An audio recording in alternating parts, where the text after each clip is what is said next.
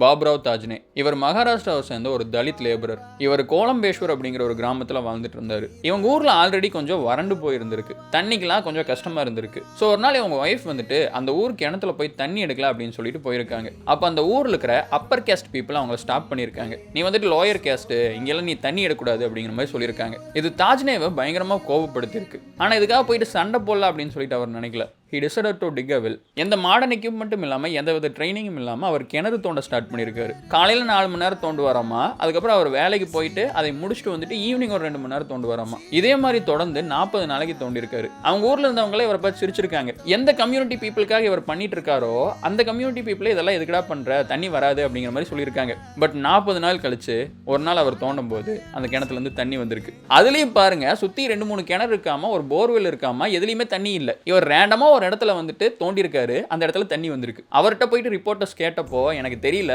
நான் ரொம்ப லக்கியாக தான் ஃபீல் பண்றேன், நான் கடவுள்கிட்ட வேண்டிட்டு ஆரம்பிச்சு அவர் எனக்கு ஹெல்ப் பண்ணிட்டாரு அப்படிங்கிற மாதிரி சொல்லியிருக்காரு. தென் அந்த வெல் வந்துட்டு அவங்களோட ஃபேமிலிக்கு மட்டும் இல்லாம சுத்தி இருந்த அவங்க கம்யூனிட்டிக்கே ஹெல்ப் பண்ணிருக்கு. ஆக்சுவலா இந்த மாதிரி இருந்துடக்கூடாது. கீழ் ஜாதி மேல் ஜாதின்னு பிரிச்சு கேவலம் தண்ணிக்காக வந்துட்டு யாரும் பேசிடக்கூடாது. ஆனா அந்த இடத்துல அவர் உட்காந்து கம்ப்ளைண்ட் பண்ணாம கிணறு தோணுது அப்படிங்கிறது நிஜமாவே ஒரு நல்ல ஸ்டோரி ஃப்ரெண்ட்ஸ். ஏன்னா என்னை பொறுத்த வரைக்கும் இந்த டிஸ்கிரிமினேஷன்ஸ் எல்லாம் அழியணும் அப்படின்னா இந்த ஜாதினா நம்மளுக்கு கீழே அப்படிங்கிற எண்ணத்தை மாற்றணும். இப்போது ஒரு கம்பெனியில் ஒரு மேனேஜர் வந்துட்டு உங்களோட கீழ் ஜாதியாக இருந்தால் மட்டும் உங்களால் என்ன பண்ணிட முடியும்? அவன் மேனேஜரா என்ன பண்ண முடியும்? நம்ம கவர்மெண்ட் வந்துட்டு எல்லா மக்களுக்கும் வந்துட்டு நிறைய சலுகைகள் தர்றாங்க. அதெல்லாம் யூஸ் பண்ணி ப்ராப்பராக படித்து நல்ல இடத்துக்கு வந்தீங்கன்னு வைங்களேன், டிஸ்கிரிமினேஷன் அப்படிங்கிறது இல்லாமல் போயிடும். அப்படியே அவன் உன்னை டிஸ்கிரிமினேட் பண்ணாலும் நீ அவனை விட பெட்டர் பொசிஷனில் இருப்ப.